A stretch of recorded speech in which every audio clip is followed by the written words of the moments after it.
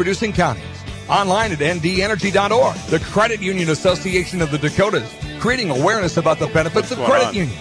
The University of Mary, America's Leadership University, and the North Dakota Corn, Soybean, and Grain Growers Association, as well as the North Dakota Ethanol Council. And now back to the Legislature Today with your host, Dale Wetzel. This is Dale Wetzel. This is the Legislature Today radio show. We're coming to you from the Peacock Alley American Bar and Grill in downtown Bismarck, North Dakota, and the bar is full. It's 2-for-1 martinis night, and it looks as if a number of folks are availing themselves of that particular special. I forgot it was 2-for-1 martini night. Well, we have with us Senator Margaret City, who was not the person who just spoke. She's a Republican from Bismarck. And we also have Senator Joe Miller, he is the chairman of the Senate Agriculture Committee, and he is a Republican from Park River. What we're going to be discussing in a little bit is what it's like to be the only legislator who votes no on a bill.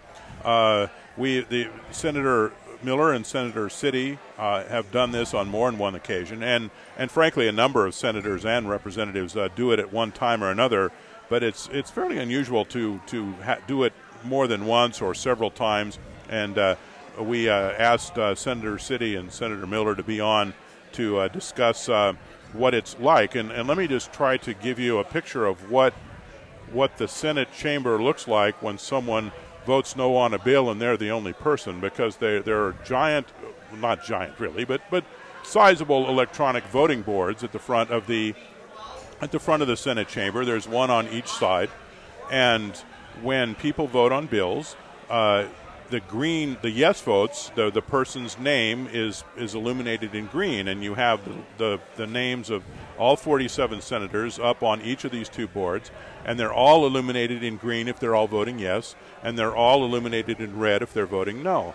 And so if someone votes no and they're the only person that votes no, you have two boards where everyone's name is green except that one person, and it really calls a lot of attention to that. And you think, what's going on with this person? Did they push the wrong button, or are they angry about something, or what's the deal? And so and I also wondered if it caused some, frankly, some ribbing from your other senators about, you're the only person who voted against this bill. And so that's what we're here to talk about. But first of all, I wanted to ask Senator City and Senator Miller how they think of how the legislature's going, because tomorrow is day 78. We have 30 bills left, and pretty much all of the big budget bills are still out there. And there are some disputes between the two political parties in North Dakota, the House and Senate, about which are the best ways to go in terms of whether to cut taxes, whether to increase spending. And I just wanted to know what your opinions were on how things are going. I'd like to start with you, Senator City. Well, thanks, Dale. It's really been a rugged session. This is my fourth session, and I don't remember one being as contentious this late in the game. As for me, I was involved in several conference committees. I resolved them all by a week ago, yesterday.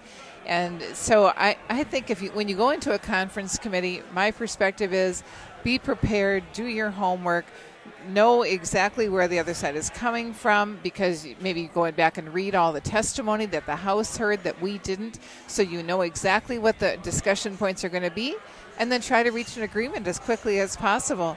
But what we've been hearing, those of us who are just sitting on the outside now, is that those conference committees that are still meeting are haggling over trivial things, and people are bringing in new amendments on ideas that haven't even been heard at a public hearing. And so there's so much gamesmanship being done right now that I'm here to tell you that this is true. I've seen this happen myself. I'm really frustrated. Senator City, maybe you could explain for the listeners out there, what is a conference committee? Because a lot of listeners are, it's kind of inside baseball, but it's very important when you get down to session. Maybe you could help our listeners understand what you mean by that. Well, if the Senate passes a bill first and then it goes to the House and the House amends it, then it goes back to the committee chair in the Senate, and he decides either, yes, he's going to concur with those amendments made in the House, or no, he's not going to concur. And then in that case, he appoints 3 members who heard the bill in the Senate to go and meet with 3 members who heard the bill in the House in a new conference committee. So some of these conference committees are meeting in the teens. They have been meeting 3 and 4 times a day, and sometimes they just stare at each other, and one person will say one word and they'll gavel right out. And each conference committee meeting is a half hour, and so you're supposed to just get in there and punch it out, work it out, get it resolved, and it's just not really happening this session. And things get tense when Senator City mentions. I mean, you have people having 10 or 15 meetings, and they're the same people, and it's kind of like the same sports teams playing each other 10 or 15 times. It's like, ugh. I got to look at this person again. There's no checkmate going on. Yeah. It's just like we'll move it from one spot to the next, back and forth. I get Senator that. Miller, what's your impression of how things are going? I think if you go back and you stop and think about what we have accomplished this session, there's been some great things. I mean,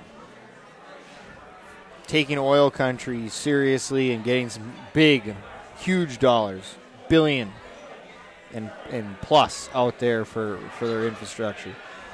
Taking the other side of that, going to the non-oil counties and getting serious money to them, too, for their roads. I mean, we're funding infrastructure. We're funding transportation in a major way.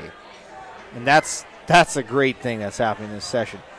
But if you want to talk about the bad things, we can easily say we're spending too much money, and perhaps we are, but we have too much money to spend. And so that's the problem. We need to cut taxes. And we need to cut taxes permanently. And today we failed the $350 million tax cut. I think that was the right thing to do. Luckily, we have a fallback. We're still at $250 million, which is a big number. But we've increased revenue into the state in the last 2 years by well over $214 million, and that is that's just I should say that's just in the personal income tax collections. Not to mention the $500 million sales tax increase and the corporate income tax and the oil. I mean, we have so much money pouring into the coffers, and we have to get money back into taxpayers' pockets, because that's how we provide for a long-term economic growth and prosperity of our entire state, not just oil country, but everyone. And that is what sustains our government. That provides for a better long-term government as well as a stronger economy. Senator Miller made a speech this morning about the need for $350 million in income tax cuts, and I think you got 14 votes. 12 votes. It was not a pretty picture. Any Democrats? Were they all Republicans? No, it was just the Republicans. I think people are concerned, and some rightfully so, that we've overspent and we need to contain ourselves. But I just really come to the thing to the trough where we're going cut taxes first. This is where we're going to be at, and then you spend accordingly, and you make your budget accordingly. And if the decision is that we're going to cut taxes at this much, then so be it. And what I fear has happened is we've spent too much, and now we don't know what we're going to do. But we'll get the budget balanced, and the state of North Dakota is fine. I mean, provided there isn't the tremendous natural disaster or incredibly never foreseen situation in humanity where we have this collapse, I think we're going to be fine. The state of North Dakota is doing very well. We just saw the report today that there's a 100% increase in recoverable oil in oil country. That's great news. Farm economy is still doing strong too. So. But getting back to the subject I wanted to discuss with you, first of all, I'd like to know how both of you decide how you're going to vote on a bill. And do you hew to that perspective even if everyone else is going in the other direction? Absolutely. One of my primary principles is I don't want to vote for a tax increase. I think when North Dakota's economy is booming, we should not be raising taxes. And so one of my no votes was on House Bill 1170, which allows nursing homes to raise rates to pay for the Obamacare tax increase. And so I don't like that. I don't like Obamacare. I don't like the fact that North Dakota voted to implement it. And I certainly don't want to pass that tax increase along to people who are paying their own way and people who are being paid for by the state Medicaid to be in a nursing home. And does it change your mind that in this case you were the only person who felt that way? No, it doesn't change my mind. You know, the first time you cast a lone no vote, it's as though the entire chamber looks at you. I just feel myself blush. I know that they're thinking that I've made a mistake, that I couldn't have possibly done something like that. But there's no ribbing. It's just lots of stares. And then, you know, after the first time or two, it really gets to be quite easy, you know, to just stand up on your convictions. And, you know, in this case, it's like Joe was saying. We know what our constituents want. We know that rank-and-file North Dakotans do not want Obamacare put in place. And so I didn't have any problem voting against that. Mr. Miller,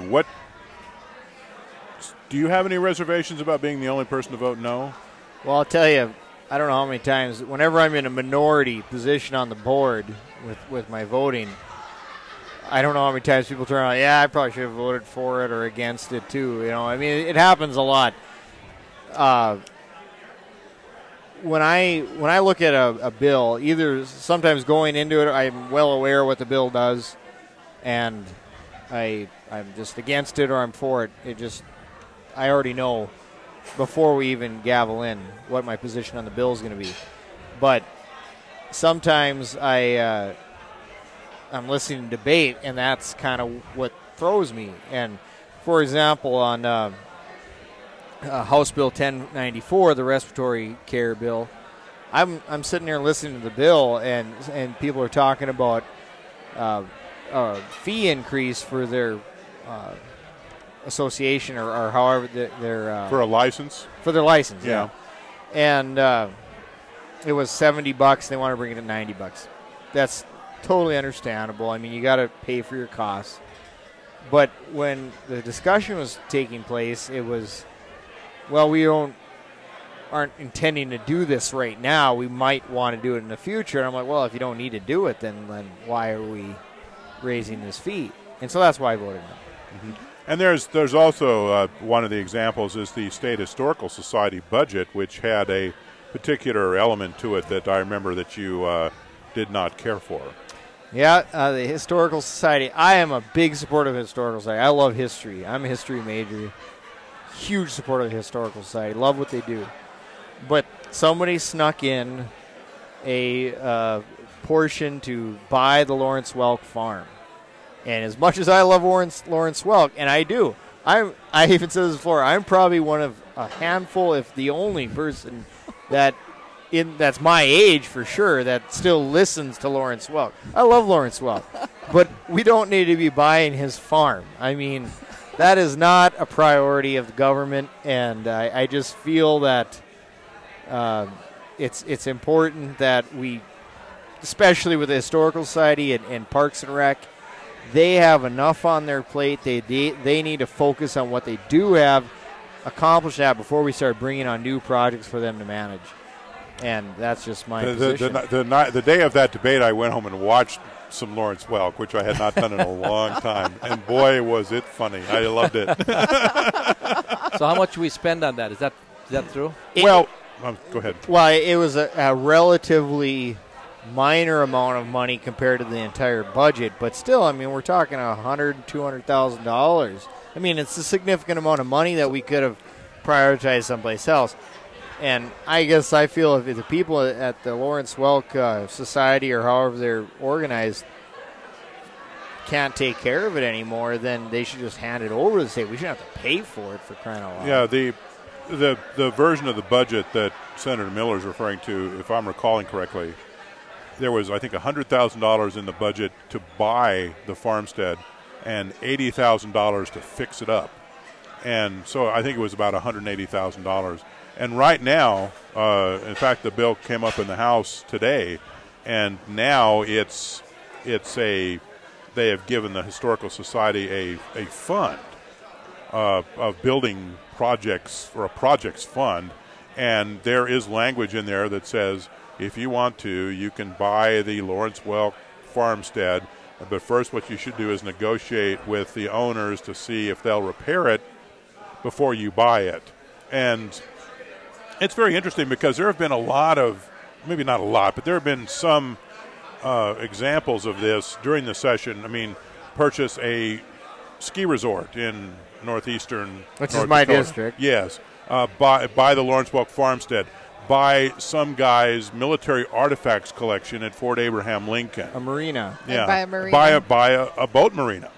And these are things that, I'm sure that a case can be made for any of these, but I'm not sure there is. But well, I'm kidding. No, I'm kidding, Dale.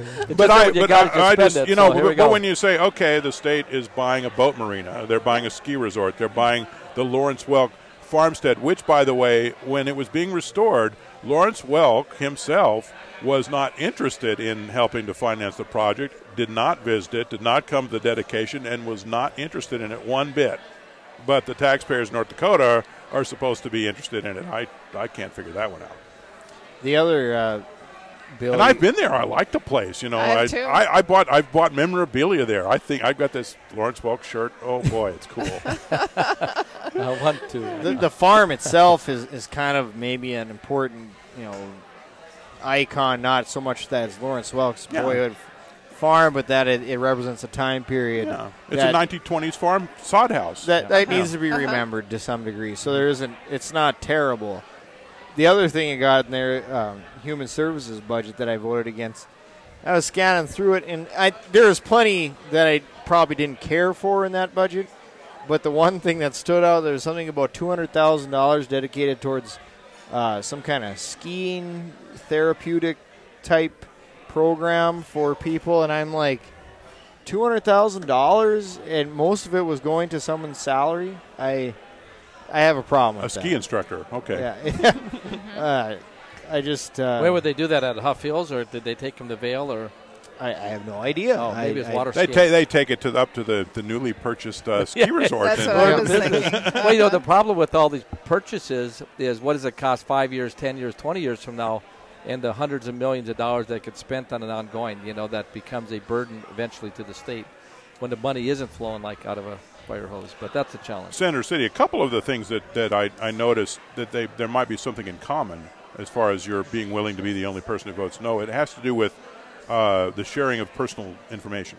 Yes. There's job service, data sharing. There's the unauthorized use of personal or identifying information. And I've gotten the impression that that's one of your strong issues. I believe very strongly that we need to protect people's privacy, but I also feel that we don't want to make absolutely everything under the sun a felony. We created approximately 30 new felonies. And so what this bill, House Bill 1280, did is say that if someone hacks into somebody's Facebook account more than once, it's a Class C felony, punishable by up to 5 years in the state penitentiary. I think that's absolutely overkill. Having been a high school English teacher, I know about some of these kids who get on and think that it's funny to hack into somebody's account. It's not funny. I take it very seriously. But I think that a misdemeanor punishable by up to a year in jail is a sufficient fine. And so I had a trend going there where I was really starting to vote against several of these new felonies that we created. Our jails are full. Our prisons are full. As Senator Wanzik said today when he presented that corrections budget, there's a feeling out there that as many prisons as we build, the law enforcement will find people to fill them.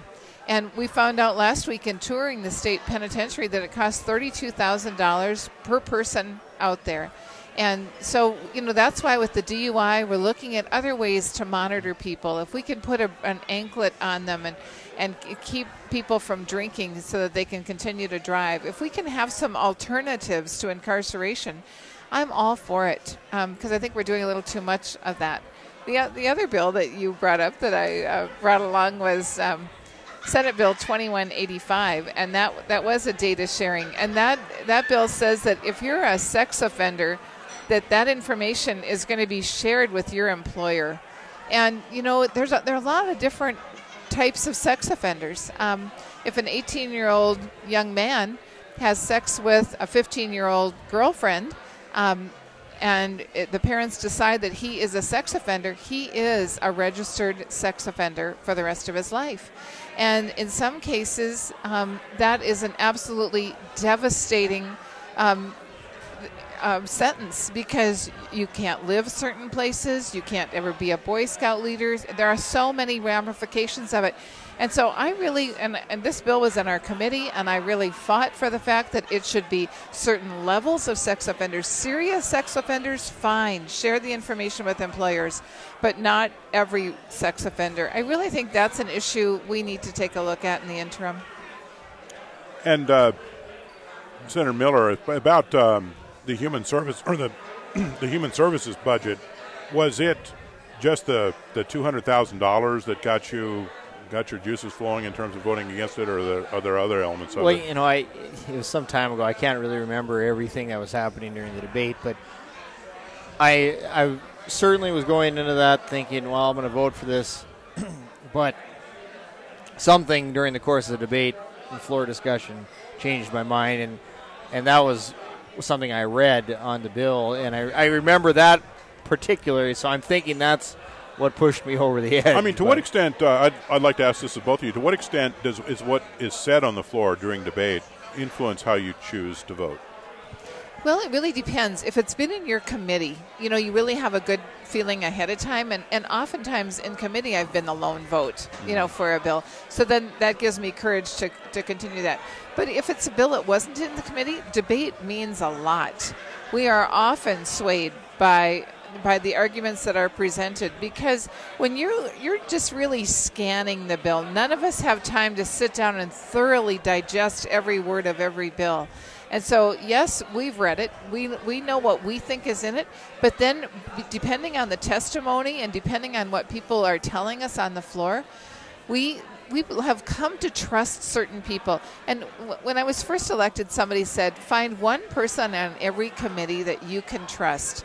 And so if you have questions about a bill, you can go to that person. And so when the wrong person is speaking, and I don't trust that person, and they're really pushing it a certain way, then that causes red flags. Do you, as far as the person that you trust, do you also watch how they vote? Does that influence you? No, not really. I mean, once in a while. Yes, once in a while it will, if it's a really tricky issue. But most of the time it's pretty readily apparent. After reading the bill and listening to debate, you have a real good idea where you're going to be.